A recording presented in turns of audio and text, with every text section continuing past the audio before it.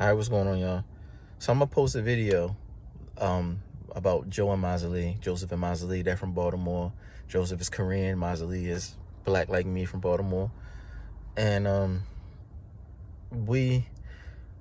it's a concern that when he ran into a subscriber, he said a new subscriber, a woman, and she expressed her concern. And when you're really looking at it in a nutshell, you can tell that there's a level of envy there. And she was saying, about people struggle with having 1 and 2 children, and you're having a lot of children, meaning you're doing too much. You can tell that's what she was trying to insinuate. Then she was saying, you should get a vasectomy.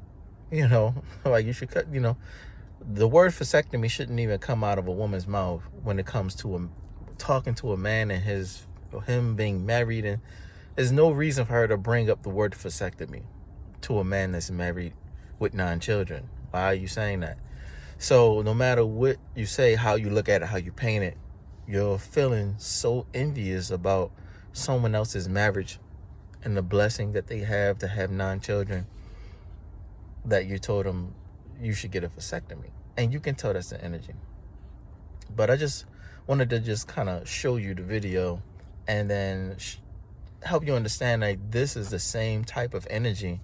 It starts off soft, and it's the same energy that happened with me and my ex-wife in the Philippines, which is how our marriage started to break apart, because someone gets envious, they pull someone to the side, and they say a few things here and there, and then they threaten you softly. And then when you just ignore it, like Joseph, he's going to ignore it. He, came back to his wife and everything. Then it gets heavier. People get more envious because the love is so strong. The love is so real. And they're not used to people actually loving each other, especially mixed races. So they get crazy. They can't mind their business as if you're not the head of your household. And so they try to put their hand in the middle of your marriage. And that's what happened with me. It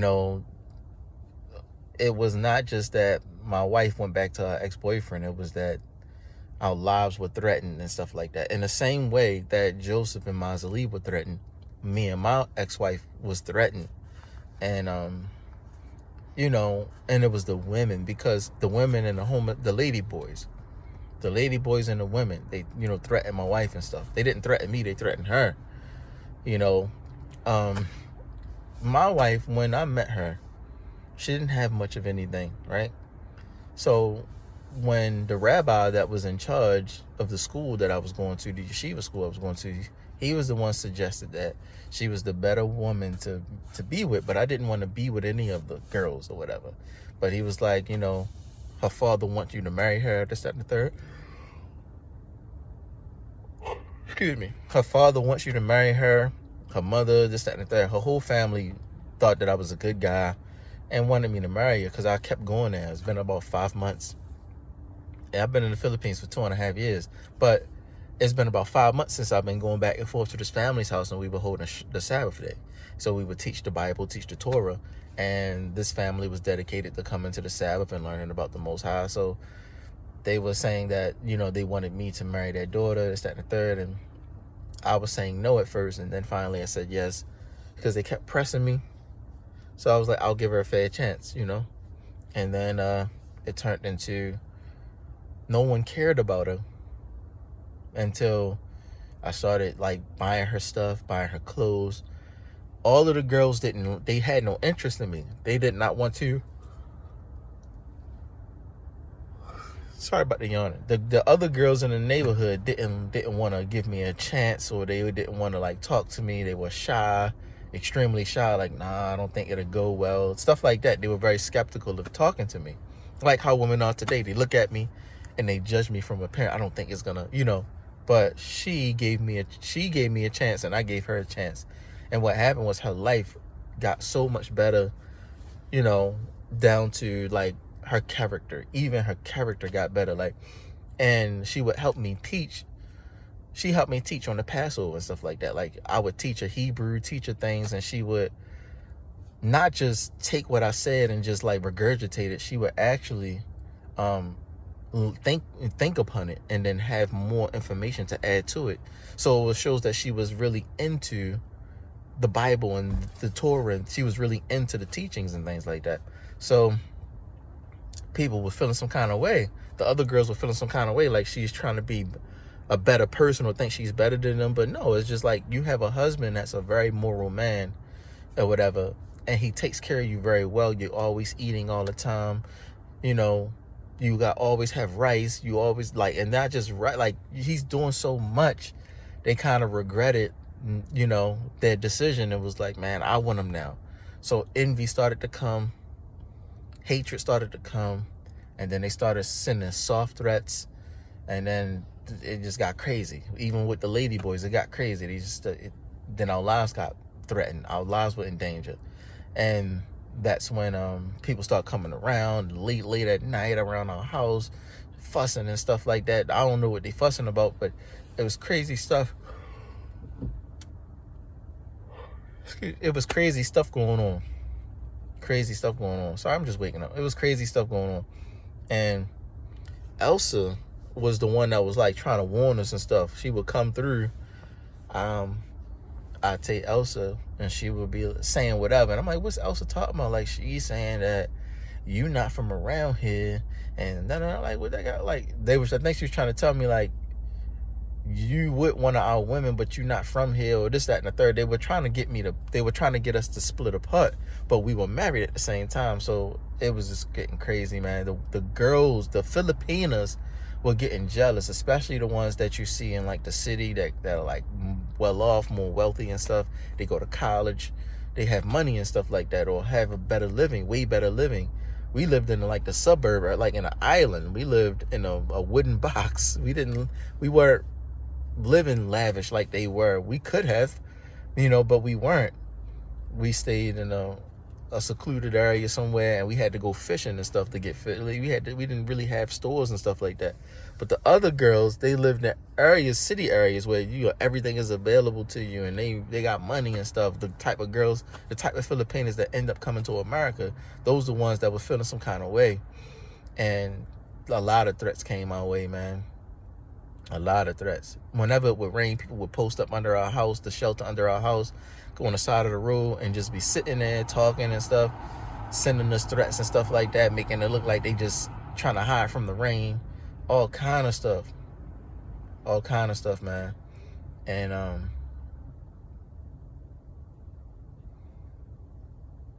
so it just happened to where she just basically, I think, just got afraid and just let go or whatever, you know. But also, you know, other stuff was happening to us, and struggling and stuff. But all of that stuff factored into how they didn't want us to be together anymore, where they were like taking stuff from us, robbing us and things like that. Yeah, all kind of stuff, yo. So what I was saying about Joseph and Mazali is very concerning to see that when somebody is like feeling envious about your marriage and then they express it to you, you know, good thing they're not in Korea or something like that, because then someone would actually try to do damage or do harm or do danger to your family because they feel emotions or they envious of your love. And it'd be the women for real. Like, that's why the woman came to him. It'd be the women. So if you want to know about my Philippine story in a nutshell, what's the issue? Just a bunch of envious women making up stories, making up reasons as to why I'm this and that and black. It's the women. That's why I always have issue. My main issue is with Filipino women, when I shouldn't have issues with Filipino women. It's the issue of you're too loving, you're too kind, you know. And so it got so heavy to where they don't even want me to find any kind of woman. It got that deep to where the Filipino women, directly from the Philippines, them hearing that I am in a relationship with any kind of woman, it fucks them up. Even my own woman, from my own, like if I go back to Baltimore and be with a girl from Baltimore that I knew from back in the day, they're going to be mad about that because I came to the Philippines and loved the woman so hard to where they couldn't handle it. They wanted to murder somebody. That's crazy. Tampons. They call it, because my ex-wife kept telling me tampo. She kept trying to explain to me what tampo is. Tampo means you're very jealous and stuff like that. And this, that, and the third. It's very serious, a very serious word, a very serious emotion. Like, oh, tampo, okay. But these women got, like, I call tampons. Like y'all so bloody with it and stuff. Like y'all pussies bleeding, not nosebleed. Your pokey bleeding. So it's like y'all tampons. I need napkins or something like, and they call them something. So I was like tampo or tampons. So that's why I said that, because my marriage messed up because of a bunch of envious women. Meaning, you don't have a reason to be mad at me and my wife being together. I don't belong to you. You don't belong to me. We have nothing to do with you. So why are you feeling some kind of way? So it's envy. You are mad about something that doesn't belong to you.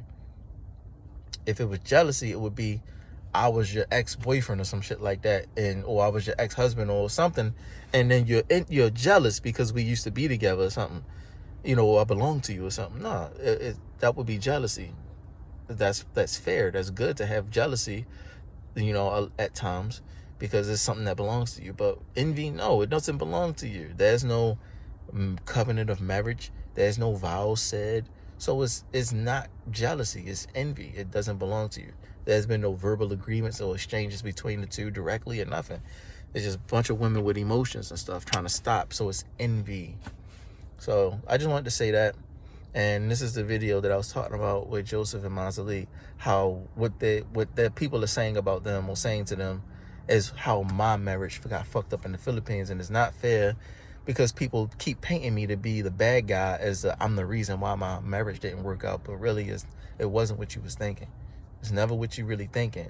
There's just a bunch of paint cloaking behind what actually the picture is. They just covered it up, made it look like some other shit, because they trying to hide their emotions and shit, because it looks bad on sophisticated women to have such abrupt, crazy emotions that you can just sporadically just feel some crazy way and do something to someone, but you're the sophisticated woman, and then you go back to being sophisticated after you do some shit to somebody, and people just can't believe that you was the type of person that did some damage to someone like that. Why are you even concerned about this person? Like, how did you feel like, So women love to hide their shit real good. They love to hide that shit real hard. And you would never know. The most beautiful Filipinas and shit like that don't have the love that my wife had. They're like very beautiful Filipinas, very wealthy Filipinas, models. They go out here, rich OnlyFans Filipinas and shit. They got a lot of fucking money and shit. Don't know what the fuck to do with it. But they don't have the love that my wife had. Like a man that just love you and shit. In the place that you in, my nigga. Like, he didn't take you out of the area that you in. He went in to your hood and learned the way that you live and loved you in that place and gave you and your family a good life. He loved your family. Family loved him. He learned the hard ways that you live, how you have to magista, go eat, go fishing. You have to do this, climb the coconut tree with the ants on it. Climb the coconut tree with the ants on it and get the coconuts, because the children is hungry and thirsty and stuff. So you get up there and get it, learn which ones to get. It's mango. The children, they going out there swimming, but they're going to be hungry when they come back from swimming. So I'm going to get some mango, climb the tree, get some mango, get some manga, come down with a whole batch full of manga. The children, hey, Kuya Nakai, he wants us.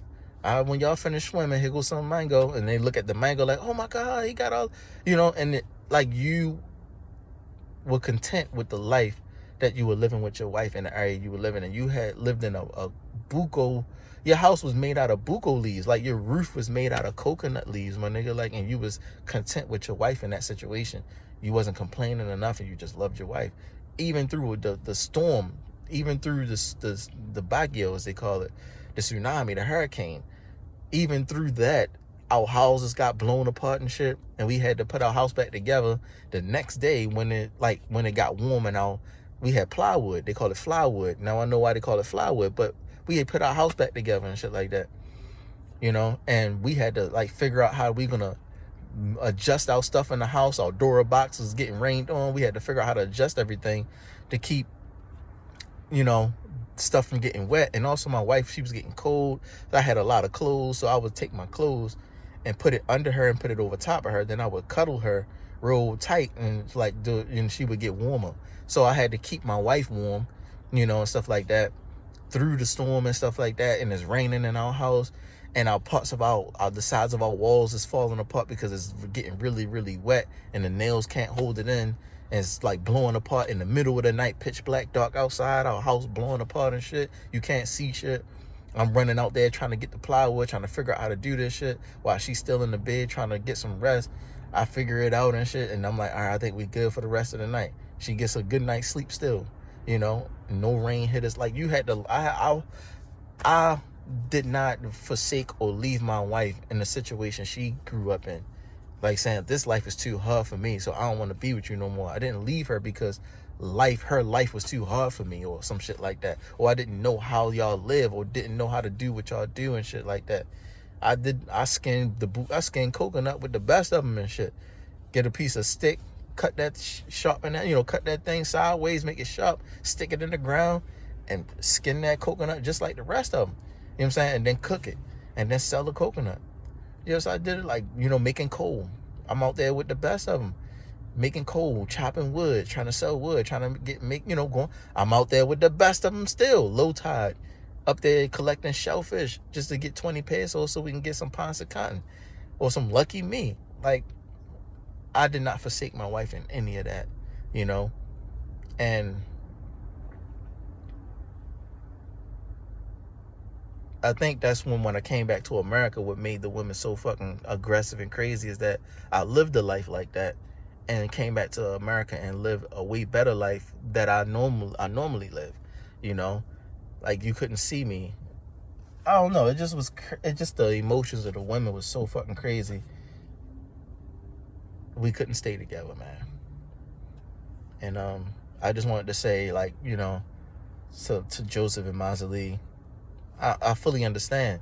I still feel the pain to this day, like how my wife and I got broken apart like that. But they forced her, they moved her emotions in a way to where she started taking it out on me. And she did leave me and she did start getting emotional towards me, but it was because the women were getting jealous, feeling like she didn't deserve me and stuff like that, or just making up shit.